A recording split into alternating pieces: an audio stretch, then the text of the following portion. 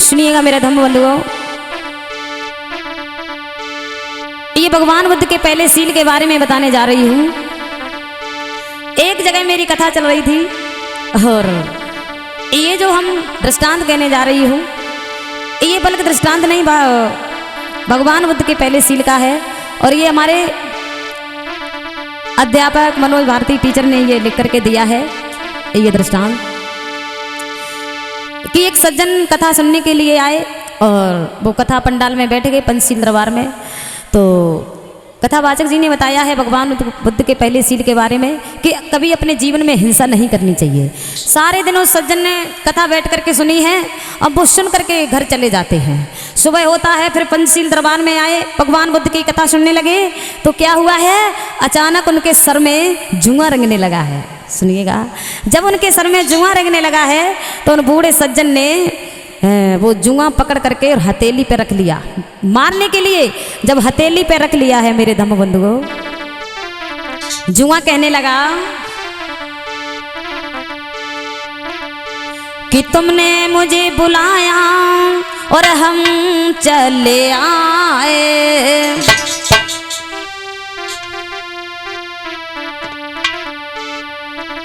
कि तुमने मुझे बुलाया कि हम चले आए।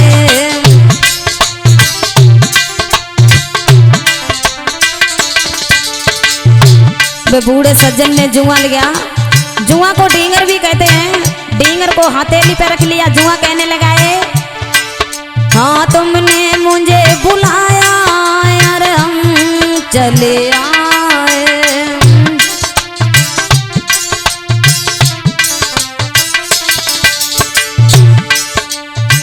जाने हथेली पर ले आए,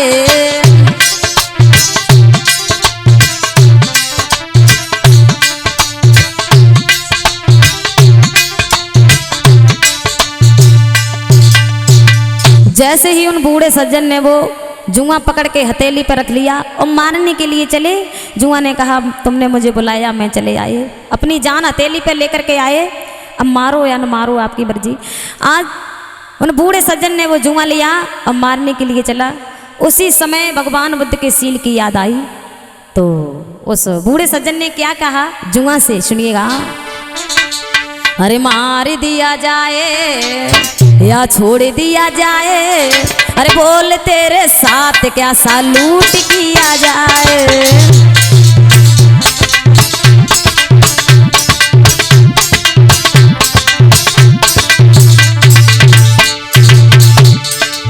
बूढ़े सज्जन कहने लगे डोकर, मार दिया जाए या छोड़ दिया जाए, बोल तेरे साथ क्या सलूट किया जाए, बोल तेरे साथ क्या सलूट किया जाए।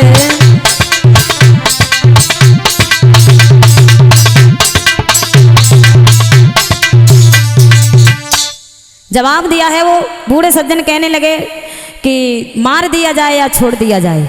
उसी समय जुआं ने क्या कहा, जवाब दिया है। और क्या बोले जुआं कि हुस्न हाजुर है मोहब्बत की सजा पाने को। जुआं कहने लगा भैया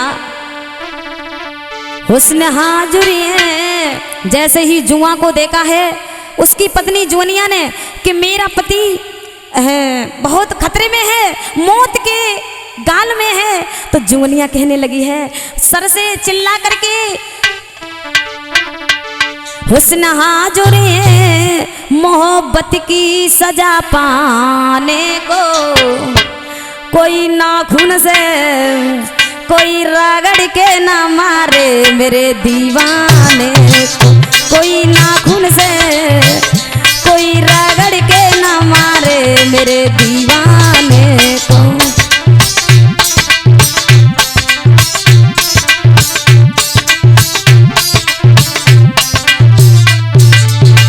ए भैया, जुवनिया ने अपने पति महाराज को देखा, उन बूढ़े सज्जन के हथेली पे है। जुवनिया सोचने लगी मेरे पति बहुत खतरे में है, बचना मुश्किल है।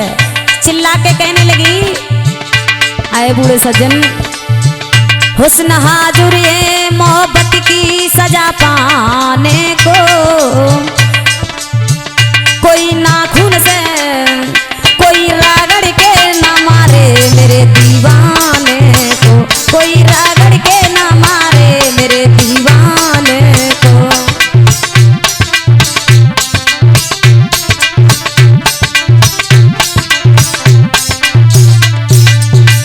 आज जुनिया ने आवाज लगाई कि मेरे दीवाने को कोई नाखून से रगड़ के न मारे मेरे दम बंधुओं। आज वो बूढ़े सज्जन ने पहले सील की याद करी, सोच रहे से मार दें तो हिंसा हो जाएगी। उसी समय भैया बूढ़े डोकर सोचते रहे सोचते रहे सोचते रहे।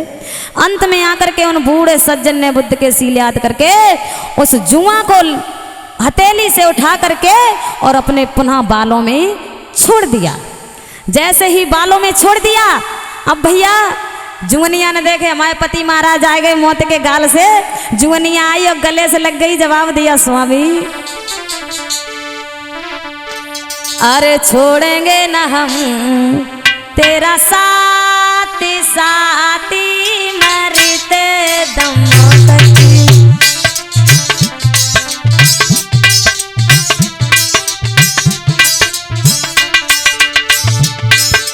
जुवनिया कहने लगी हाँ छोड़े ना हम तेरा साथी साथी मरते दम तक।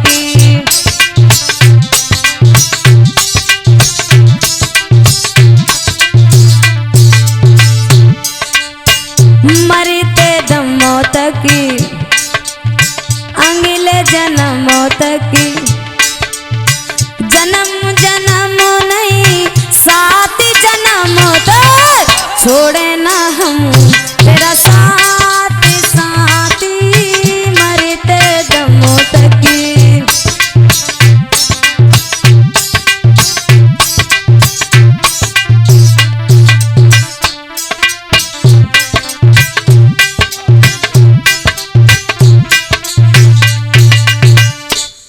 इस प्रकार से उस बूढ़े सज्जन ने भैया हिंसा नहीं करी, जुआ को नहीं मारा और जुआपन अपने सर पे छोड़ दिया है।